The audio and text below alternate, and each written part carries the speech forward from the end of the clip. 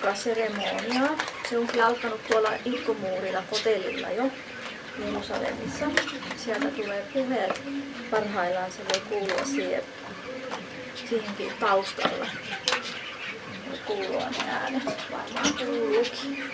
Nyt lähtee sitten 2 kynttilää plus apukynttilä sitten tähän näin. 1 sytytyskynttilä ja 2 sitten pääkynttilää, mitkä sytytetään. Tähän nämä kynttilät. Nämä kynttilät ei oikein sovi tuohon toiseen. Tuohon sopii ne pienemmät kynttilät tuohon.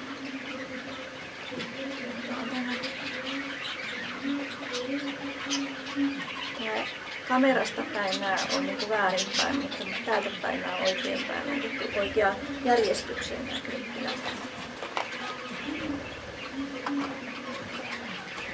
Sitten laitetaan tuolla toiseen myöskin kynttilät.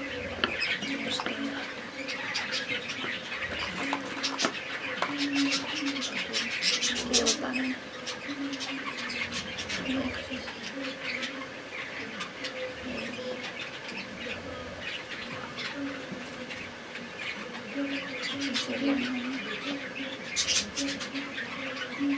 Mä laitan nyt tän niinku kameraan päin oikein niinku,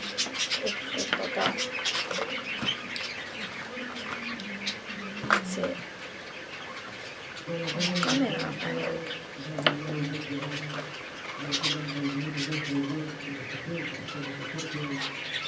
Tänne päin väärin, kameraan päin oikein. No sekä että. Tämä menorakin on käännetty muuten sinne päin. Tää toisella puolella ei lue samalla tavalla. Siksi on parempi noin.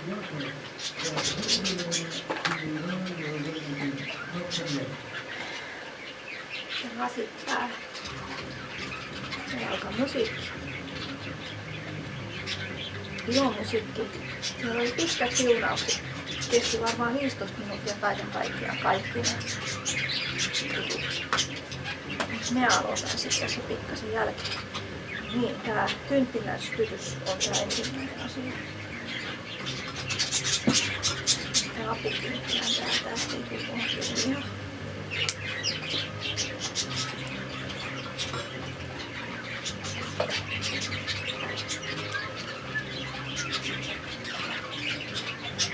Hanukkah-päivä alkaa.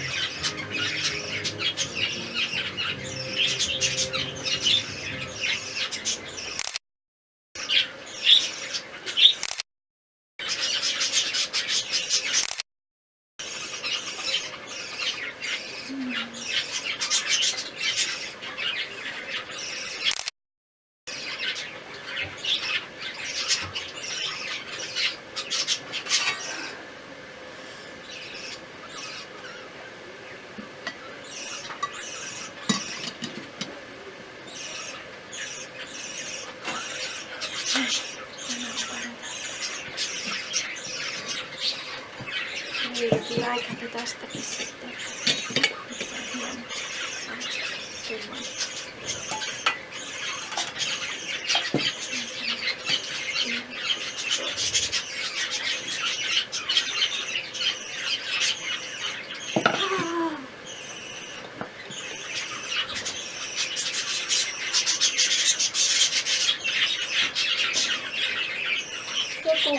Seko.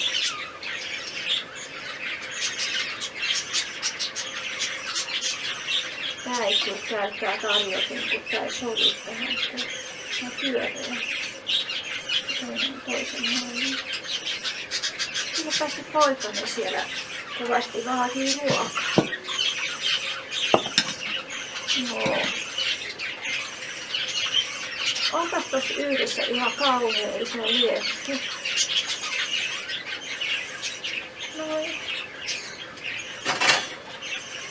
kas suurella liekillä palaat. On tuossa kynttilöitä tuolla.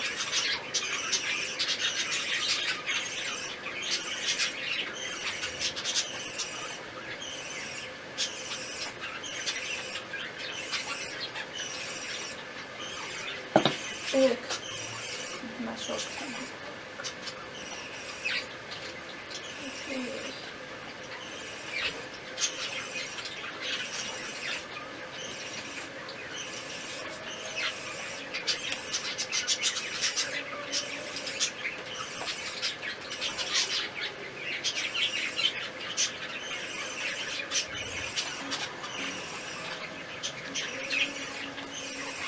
No niin, nyt kynttilät suljettu ja sit silmäsäämme.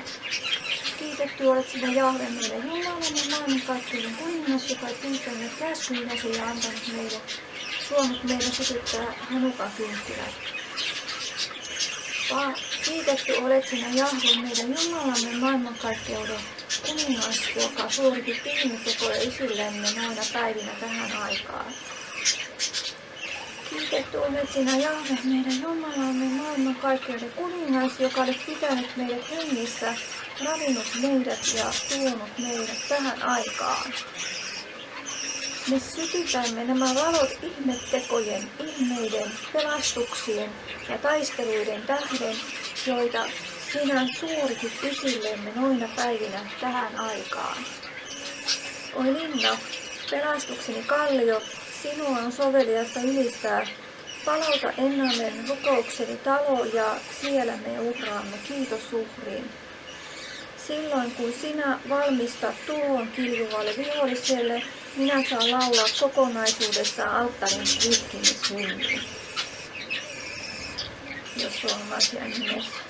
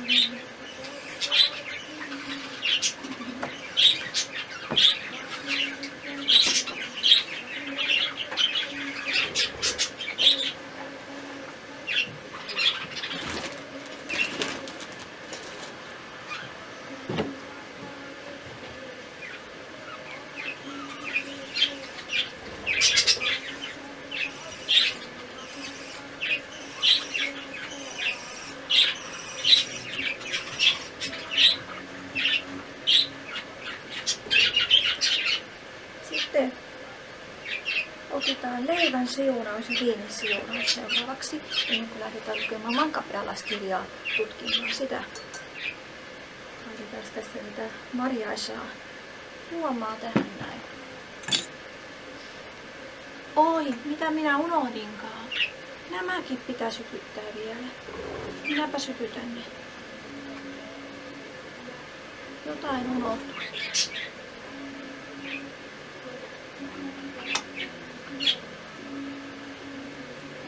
Mä laitan täältä käsin.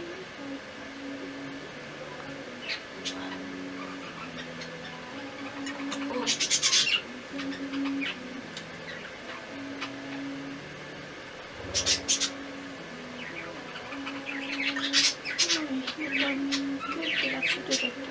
Tuo palaa vähän liian nopeasti tuo keski.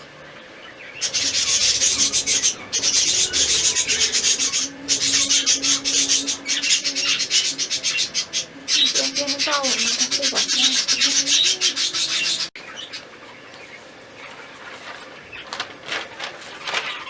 No niin. Jatkaa sitten. Viinin siunaus. Baruch ata Adonai, Eloheinu melech haolam, borei pri hakaven, Jeesus Jesua Masira. Siunattu olet sinä Jahve, meidän Jumalamme, maailmankaikkinen kuningas, joka on huonut viinipuun hedelmän ja myöskin Maria pensaankin hedelmän. Se on asian nimessä.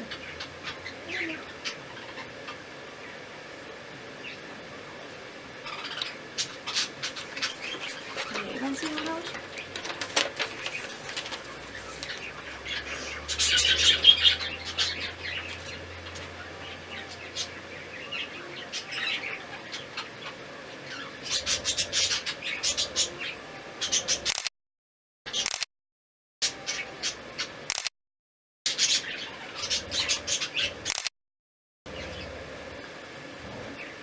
Baruch ata Adonai, Eloheinu melech haolam, hamotzi lehen haares, Besem Jesua Mashiach. Siunattu olet sinä Jahve, meidän Jumalamme, maailmankaikkeuden kuningas, joka tuotat leivän maasta. Jesua Mashiachin nimessä. Ja leipääkin.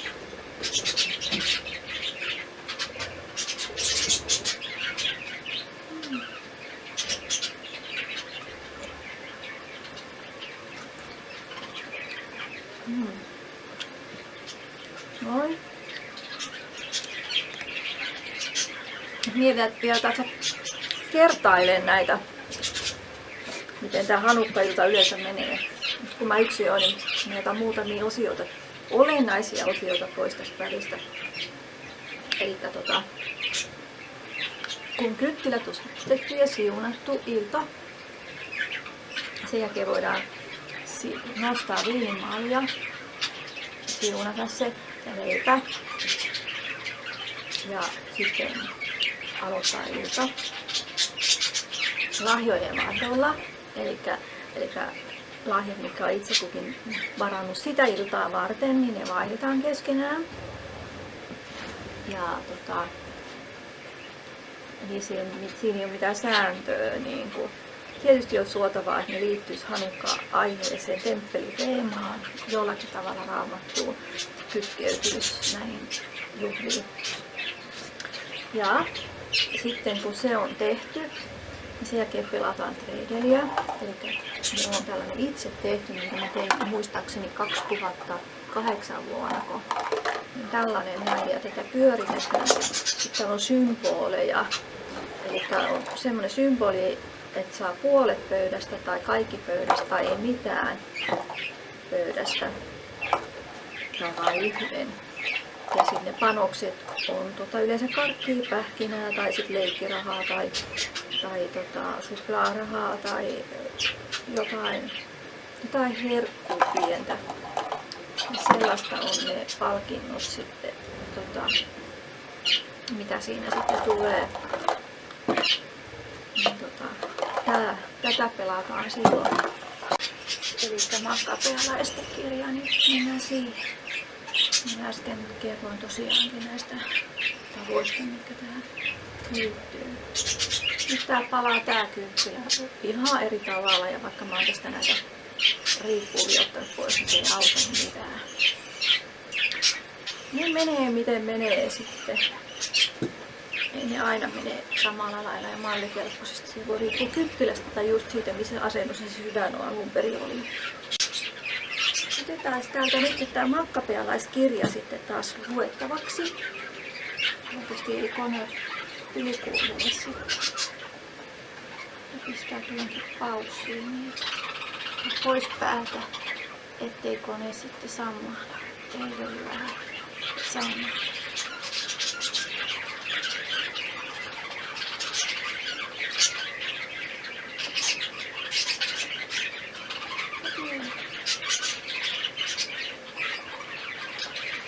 Kolmas luku Makkabealaisten kirjaa, eli tänään luetaan 2 lukua. Silloin 3, jos ne on lyhyitä. Riippuu mitä asiaa tulee mieleen sitten. Jos on nopea, niin sitten voi tehdä 3. Juudas astuu laille uskollisten johtajaksi ja voittaa Apolloniuksen ja Seeronin Ennen Persiaa retkeään Antiokus käskee ryhtyä uuteen sotaan juutalaisia vastaan. Juudas varustautuu taisteluun. Linnut laulaa nyt paljon, mutta oikeastaan tää ottaa mun äänen kuitenkin hyvin. Mun täytyy vähän kovempaa puhua yleensä. Mä puhun hiljaa. Alkaa. Hänen sijansa astui nyt hänen poikansa Juudas, isänimeltä Makkabialainen. Ja kaikki hänen veljensä ja kaikki, jotka olivat liittyneet hänen isänsä, auttoivat häntä, ja he taistelivat ilomielin Israelin puolesta. Hän hankki kansallensa laajalti kunniaa ja pukeutui harniskaan niin kuin sankari ja vietti ylleen sota-asunsa. Hän taisteli taistelut ja suojasi sotajoukon miekallansa. Hän oli teoissansa niin kuin leijona, niin kuin nuori leijona, joka ärjyy saalista. Hän etsi jumalattomat ja ajoi heitä takaa. Hän poltti ne, jotka häiritsivät hänen kansansa. Jumalattomat vaipuivat maahan hänen pelostaan ja kaikki laittomuuden tekijät vapisivat ja vapautus menestyi hänen kätensä johtaessa. Hän katseloitti monet kuninkaat, mutta ilahdutti Jaakobin teolaisan. Hänen muistonsa on iäti siunattu. Hän kulki läpi Juudan kaupunkien ja hävitti sieltä jumalattomat ja käänsi vihan pois Israelista. Hänen maineensa levisi maan ääriin ja hän kokosi tuhon omiksi tuomitut.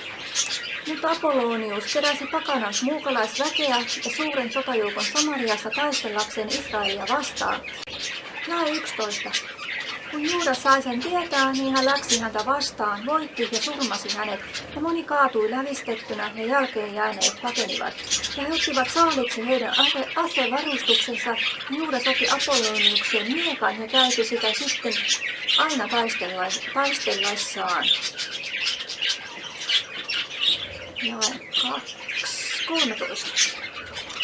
Kun Seeron syyrialainen sotajoukon päällikkö sai kuulla, että Juudas oli koonnut ympärilleen parven joukon uskollisia, jotka olivat valmiita lähtemään sotaan, niin hän sanoi, minä tahdon tehdä itselleni kuuluisa nimen ja saada kunniaa valtakunnassa. Minä tahdon taistella Juudasta vastaan ja hänen käteä Juudasta vastaan ja hänen väkeänsä vastaan, niitä vastaan, jotka pitävät halpana kuninkaan käskyn.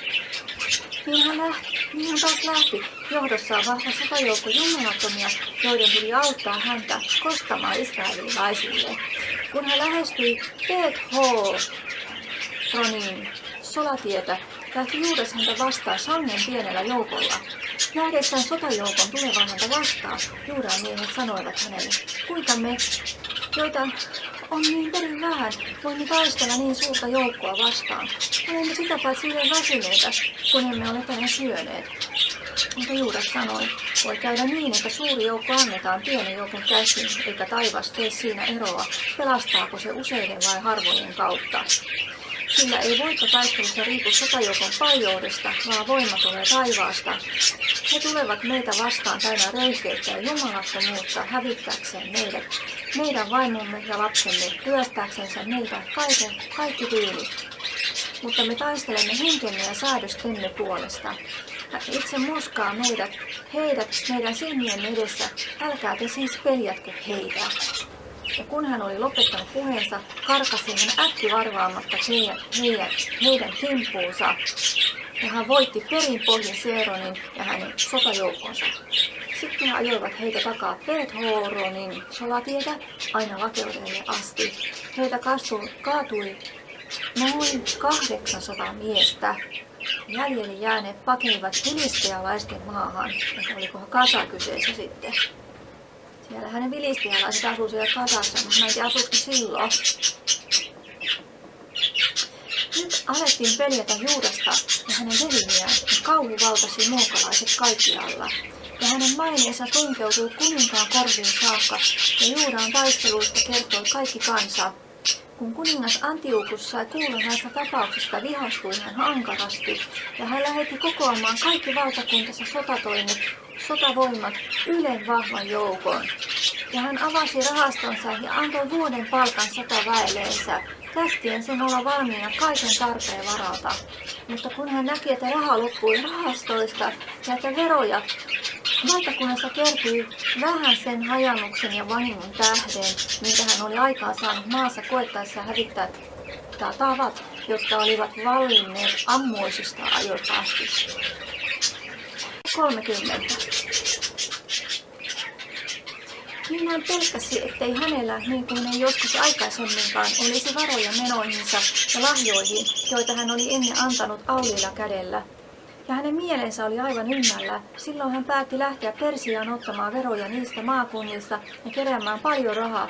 Ja hän jätti Lysiaan, joka oli arvossa pidetty mies ja kuninkaallista sukua, hoitamaan kuninkaan hallitusasioita Eufrat virrasta hakemaan Hamaan Egyptin rajoihin asti sekä kasvattamaan poikansa Antiokusta siksi kunnes hän itse palaisi. Ja hän antoi hänelle puolet sotaväestä sekä norsut, ja hän antoi hänelle käskyn kaikesta, mitä hän halusi, ja niin ikään kaikista Jerusalemin ja Juudan asukkaista.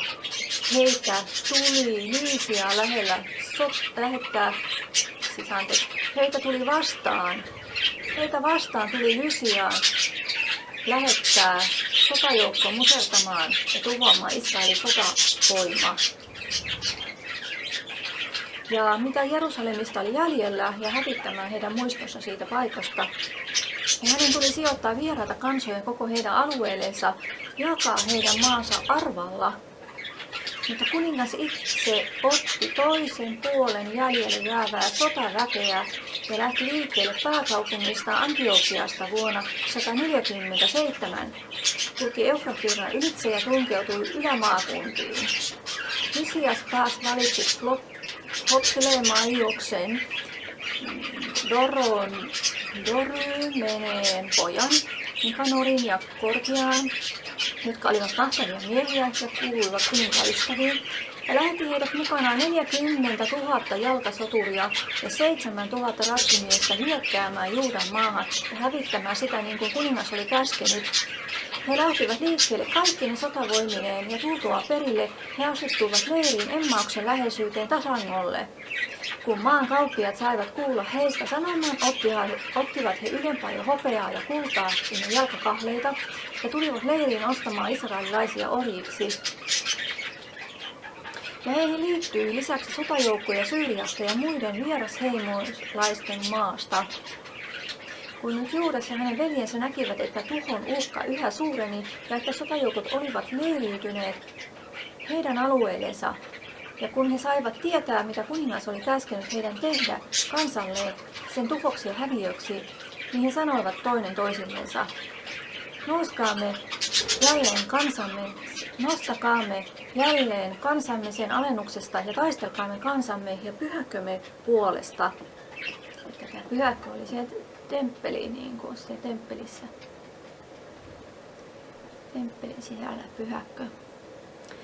Ja kansan joukko kokoontui ollakseen valmiina taisteluun ja rukoillakseen ja pyytääkseen armoa ja laupeutta, mutta Jerusalem oli asumaton kuin erämaa, eikä kukaan sen lapsista mennyt sinne eikä sieltä ulos.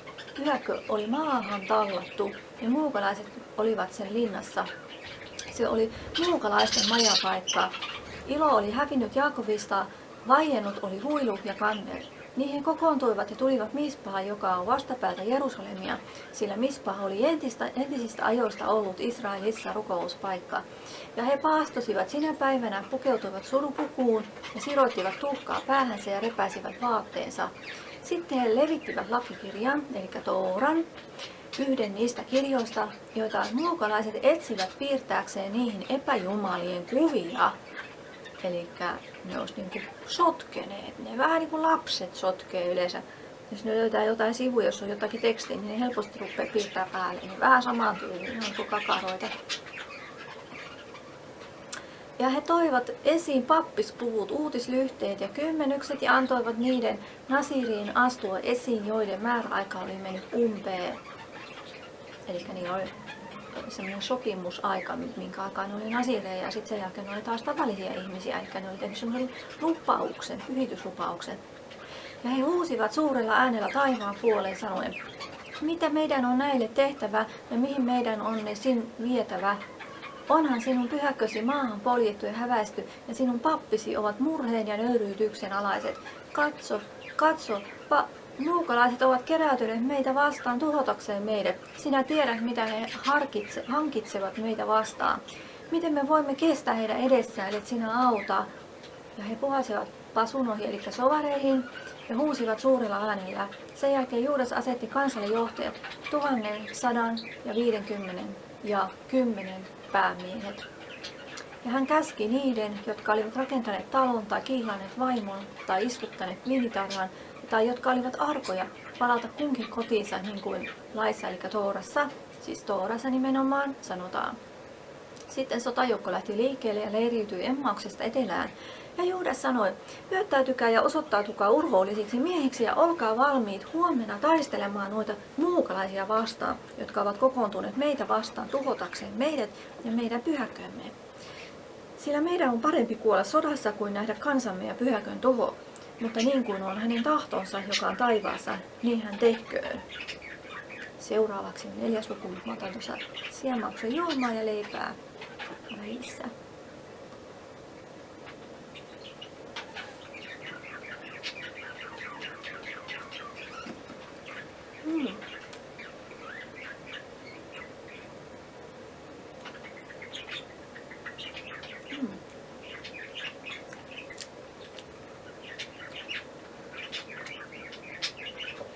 Noin. 4. luku siis.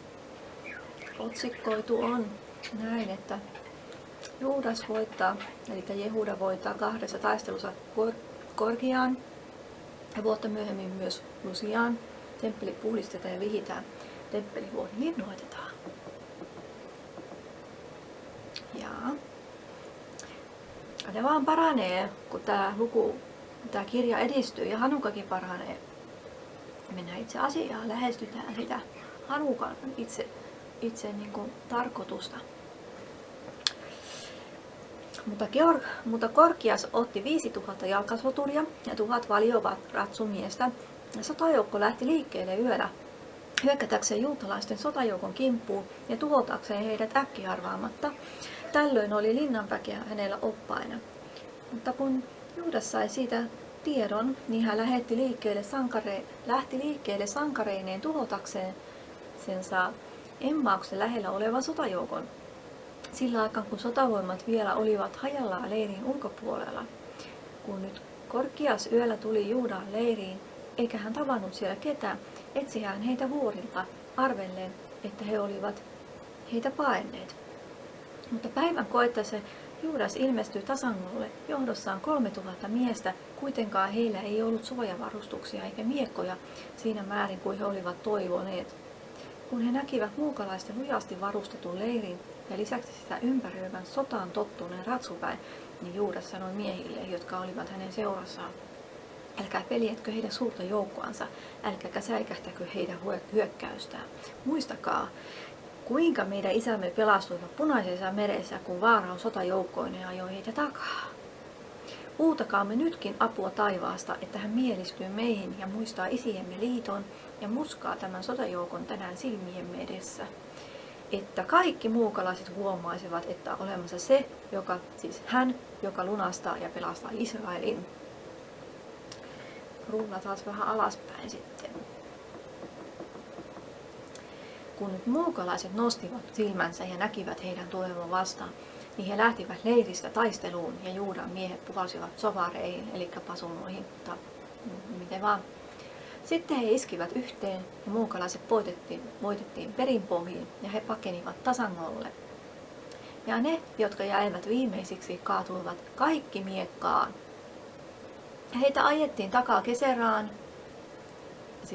Kaseraan ja Juudan tasangoille ja Asdodiin ja Jamniaan asti. Ja heitä kaatui noin 3000 miestä. Kun Juudas sotajoukkoinen palasi heitä takaa ajamasta, niin hän sanoi kansalle, älkää himoitko saalista, sillä vielä on taistelu edessämme. Kun Korkias joukkoinen on näet vuoristossa meitä lähellä, vaan seisokaa nyt muina vihollistemme edessä ja taistelkaa heitä vastaan. Sitten voitte vapaasti ottaa saalista. Ennen kuin Juudas oli lopettanut puheensa, näkyi muuan osasto tulevan esiin vuorilta. Se näki nyt, että toinen joukko oli ajettu pakoon ja että leiriä juuri sytytettiin tuleen, sillä savu, joka sieltä näkyi, ilmaisi, mitä oli tapahtunut. Havaittuaan tämä he joutuivat ylen suuren pelon valtaan. Ja kun he samalla näkivät myös Juudan sotajoukon seisovan kentällä valmiina taisteluun, niin he kaikki pakenivat vierasheimoisten maahan. Silloin Juudas kääntyi takaisin ryöstämään leiriä, ja he saivat paljon kultaa ja hopeaa sekä tummansinisiä ja meripurppuraisia kankaita ja suuria rikkauksia. Mikä on se meripurppura tehty siitä simpukasta, siksi se on meri. Niin. Mikä se oli se sävy, mitä tallittiin tupsuihinkin aikoinaan. Joo. Ja 24 jae. Ja palatessaan he kohottivat ylistys- ja kiitosvirsiä kohti taivasta, sillä hyvä, iankaikkisesti pysyvä on hänen armonsa. Ja suuri voitto oli suotu Israelille sinä päivänä, mutta kaikki ne vierasheimoiset, jotka olivat päässeet pakoon, menivät ja ilmoittivat Lysiaalle kaiken, mitä oli tapahtunut. Kuultuaan kaiken hän hämmästyi ja tuli alakuloiseksi, koska Israelille ei ollut käynyt niin kuin hän oli tahtonut, eikä asia ollut päättynyt niin kuin kuningas oli hänellä antanut toimeksi.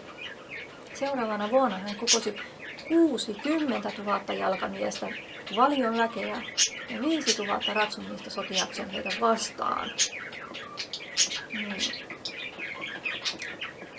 Ja he kulkivat Idumeaan ja leiriytyivät Betsuriin, mutta Juudas lähetti heitä vastaan johdossansa 10 000 miestä.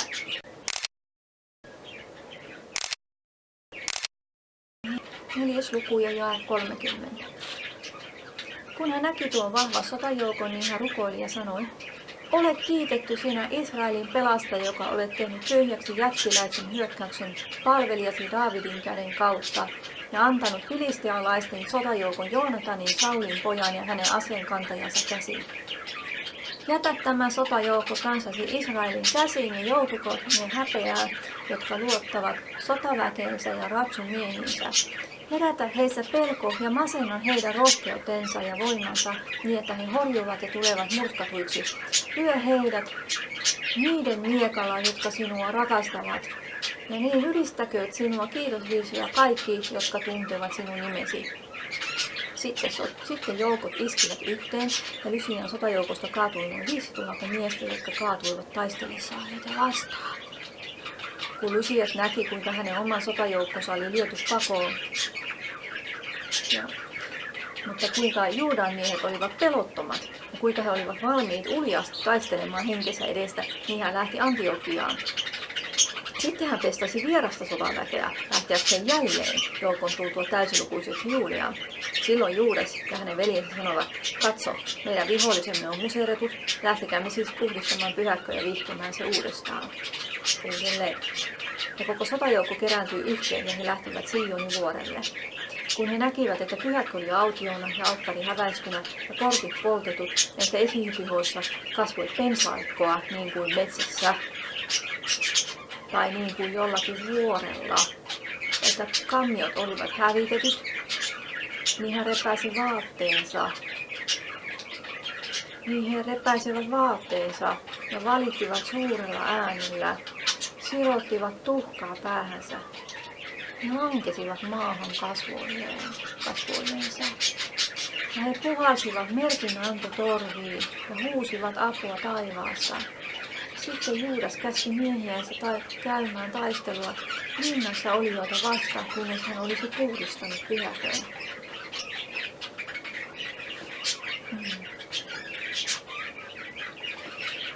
Hän valitsi nyt papeiksi sellaisia, jotka olivat nuhteettomia ja rakastivat Tooraa.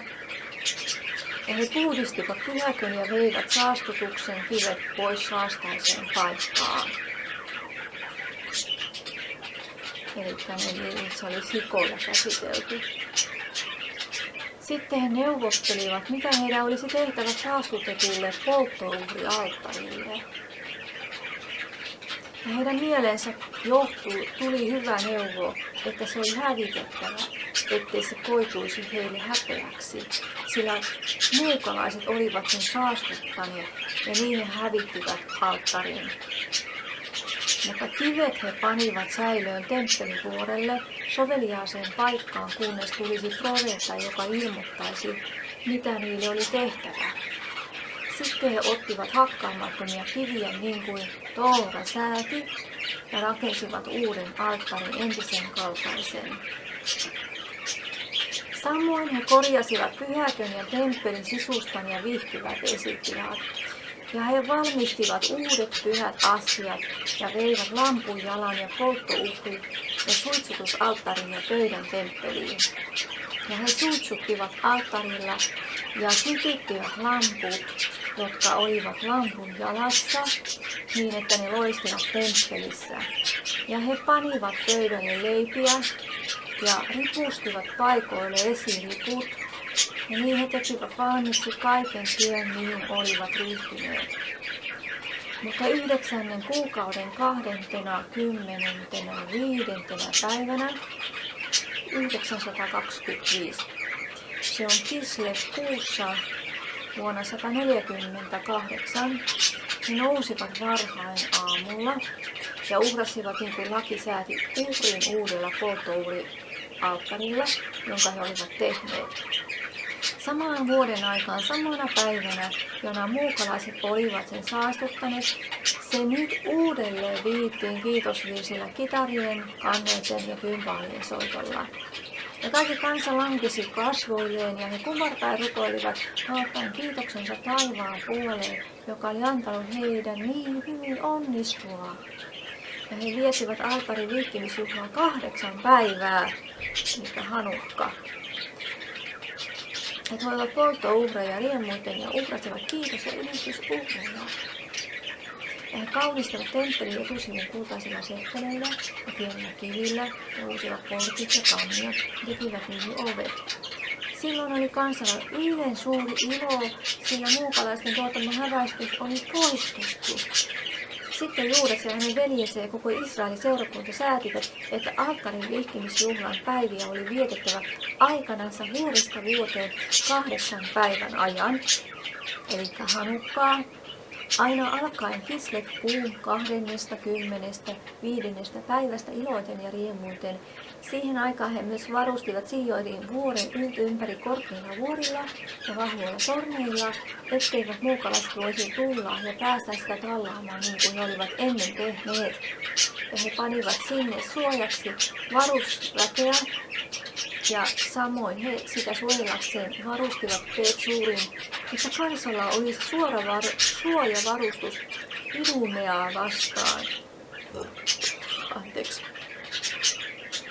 Joo, päästiinpäs tässä itse Hanukka-asiaan. Eilen oli kovasti taistelua tässä makkabealaiskirjassa kuvattu, niin tänäkin oli hirveästi taistelu tuhansia kuoli,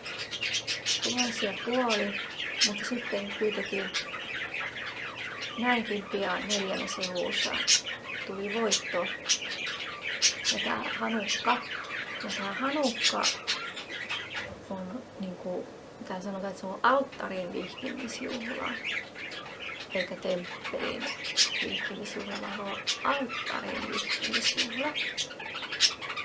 Näin täällä määrättiin, että pitää alttarin vihkimisjuhla pitää 8 päivää. Mut siihen ihan alttaria on ilman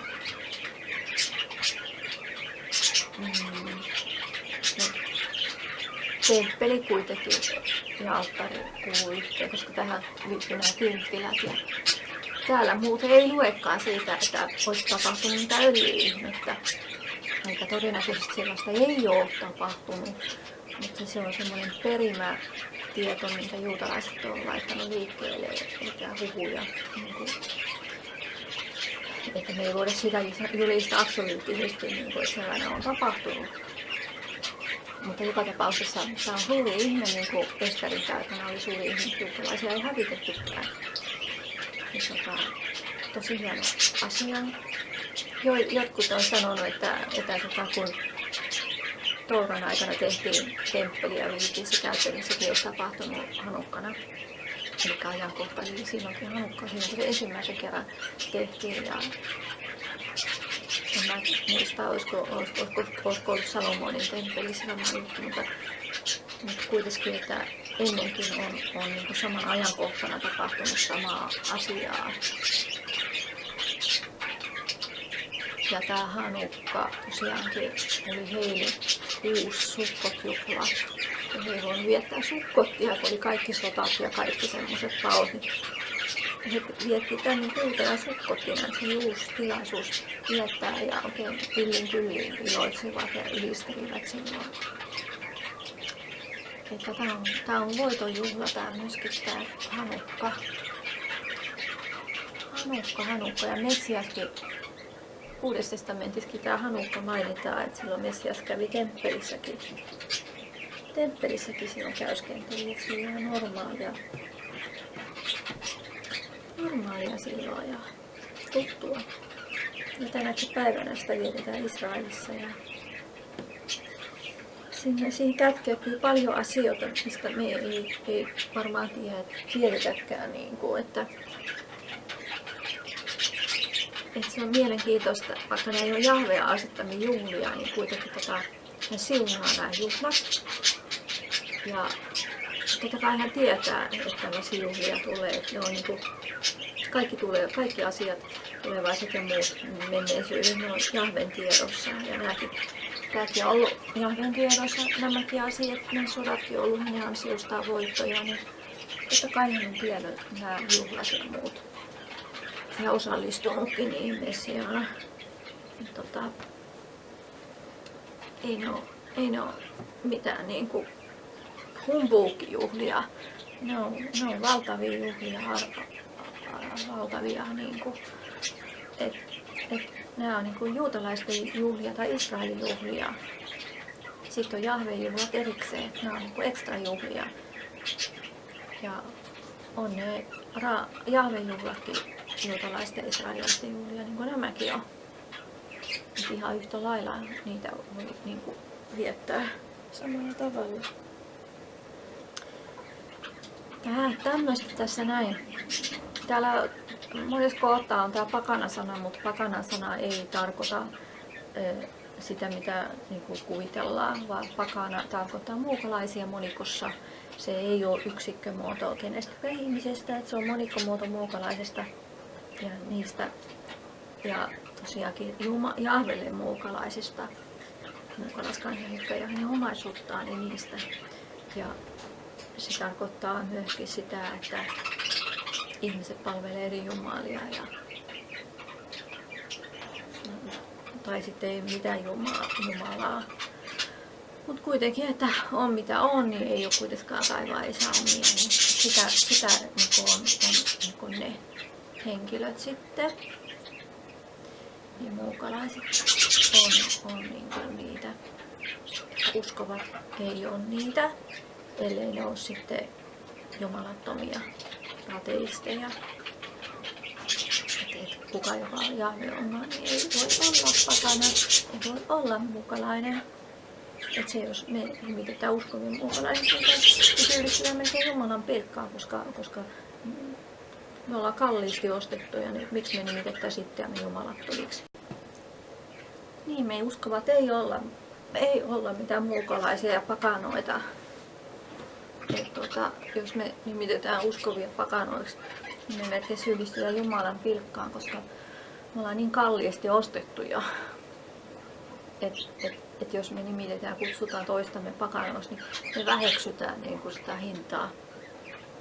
Sitä, niin kuin, koska se on niin arvokas hinta, millä uskovat on ostettu, lunastettu Jahvelle. Että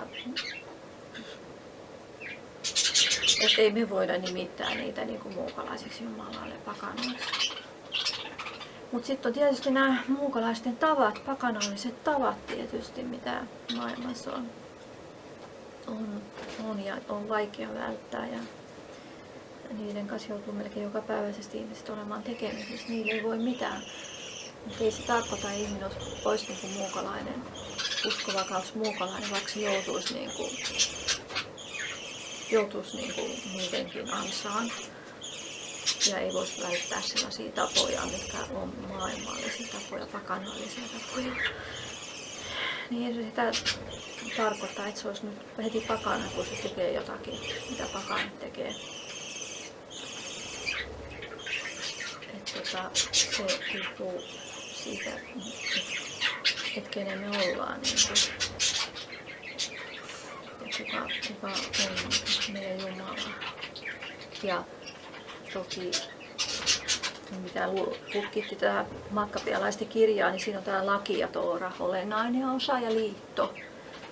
Eli liitto, minkä on Jahve tehnyt ihmisten kanssa, eli 10 käskyn liitto, eli lain taulujen mukainen liitto, ja sitten plus toora. Niin tämä edellytys, että voi olla Jumalan oma, tai hebreaksi Amin, eli Jumalan kansalainen, niin on tutkii tooraa ja 10 käskyn laki on sitten semmoinen punainen lanka siinä keskellä. Ja tosiaan hänen verijuhrit ja muut, ne on sitä varten, jos ihminen tekee laajemmillisen asulituksen. Eikä Messias on meidän verijuhri.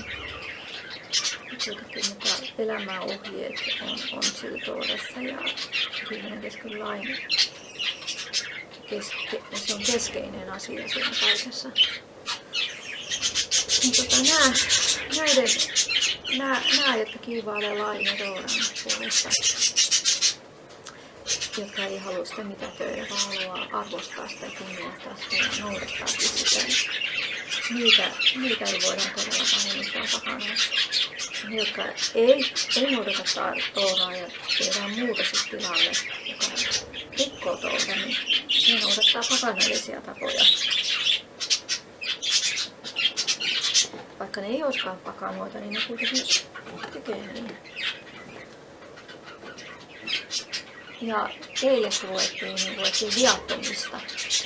Siinä oli sama juttu, että viattomiksi nimitettiin niitä, jotka noudatti tooraa ja kunnioitti tooraa ja sitä keskeistä lakia 10 käskyä sitten. Että pysyy 10 käskyyn liitossa, niin niitä nimitettiin viattomiksi, koska toora oli niiden puolustaja ja kaikki ne uhrit, joita silloin tehtiin ja nykyään Messias on sitten tilalla tullut täydelliseksi, niin sen mukaisesti sitä sitten. Onko siellä lintunen kerjää ruokaa? Pikkuinen poikainen kerjää ruokaa. Se on voimistunut nyt, kun sitä on ruokittu. Se on voimistunut, se jalat täytyy sitoa. Se on linnun jalat sitten, kun meinaa mennä leveästi. Mutta se ei pysty koskaan istua orralla. Mä oon aina yrittänyt miettiä, että mitä viritelmiä mä voin laittaa. Kun jalat menee sillä niin ei siinä ole mitään pitää, kun ne ponskahtaa.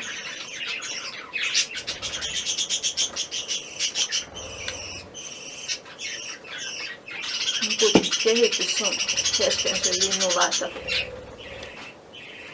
se tulee jatkuvasti voimakkaammaksi ja vahvemmaksi ja luutuu vahvemmaksi. Se on ojottava ne jalat tai laitettava yhteen. Mutta se pystyy nyt kannattelemaan paremmin. Enää se on kannatellut itseään paremmin jaloilla kuin eilen, koska se kasvaa ja vahvistuu, lihakset kasvaa. Ja se on nyt tehtävä, että muuten ne jää semmoisiksi sivuille oleviksi, mutta täytyy laittaa yhteen. Se on hyvä, että se pystyy jo kannattelemaan itseään kuitenkin. Se on tärkeää. Miten voi syöttää sitä. Miten me sopa itse syömään.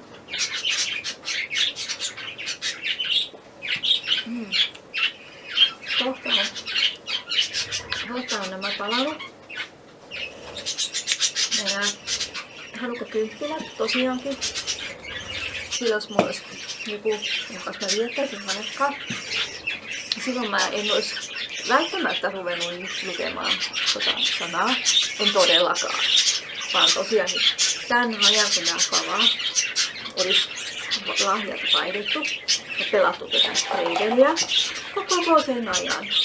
Ja mahdollisesti joutuisi sitä siunattua viiniä, mikä olisi otettu siinä samalla.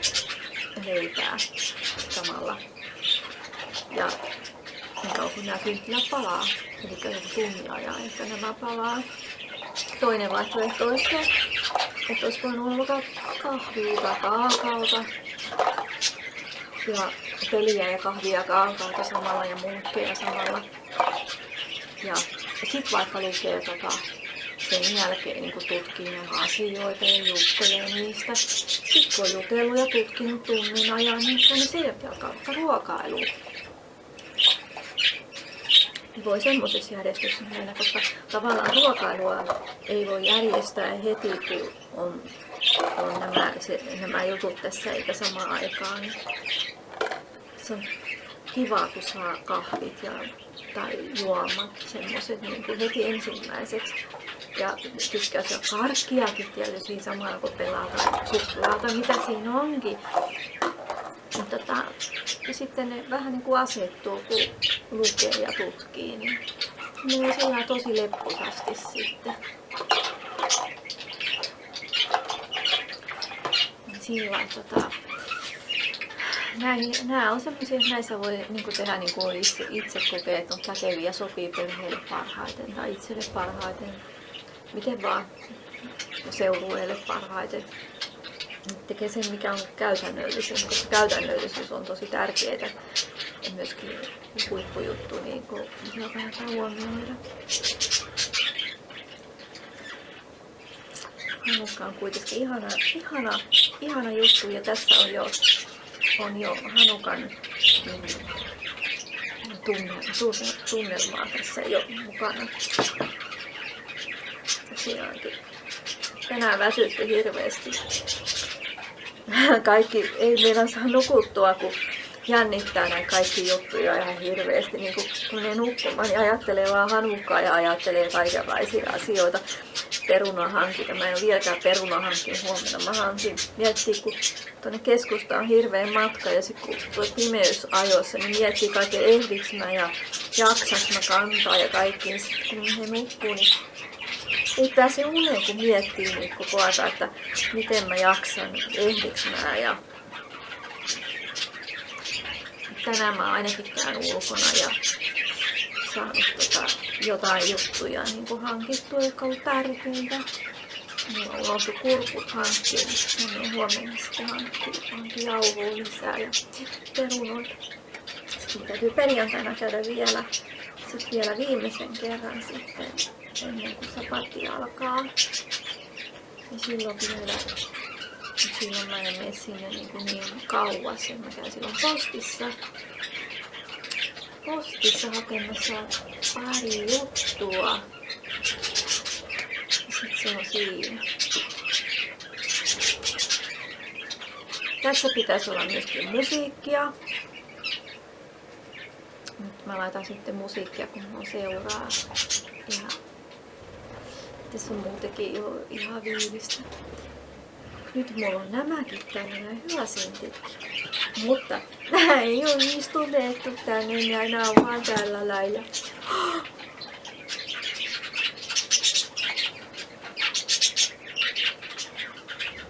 Miten toi tippu tosta vaikka ihan lähtee liukumaan? Pieni mun pöytä niillä menee ihan pilalle, kun tippuu syntyä. Miten se nyt, kun mä en edes värisyttänytkään pöytää? Nyt on nämä kyllä tässä on 2 tulossa, tässä on 2. Täällä on pieni sivulla poikasi, jossa voi tulla uusia. Täällä ei näy kuin 1 tulossa. Nyt on keskiviikko, niin keskiviikolla on tiistai vielä mennään, pitäisi kestää. Sitten voi leikata. Tää on pieni, tämän voi leikata sitten vanhentuneen pois, kun se kurkistuu. Nää tulee melko samaan aikaisesti.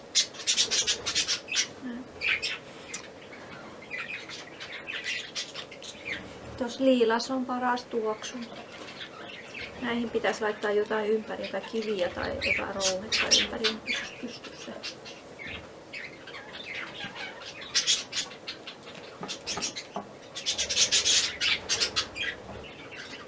Joo. Vielä palaa pikkusen aikaa tuo.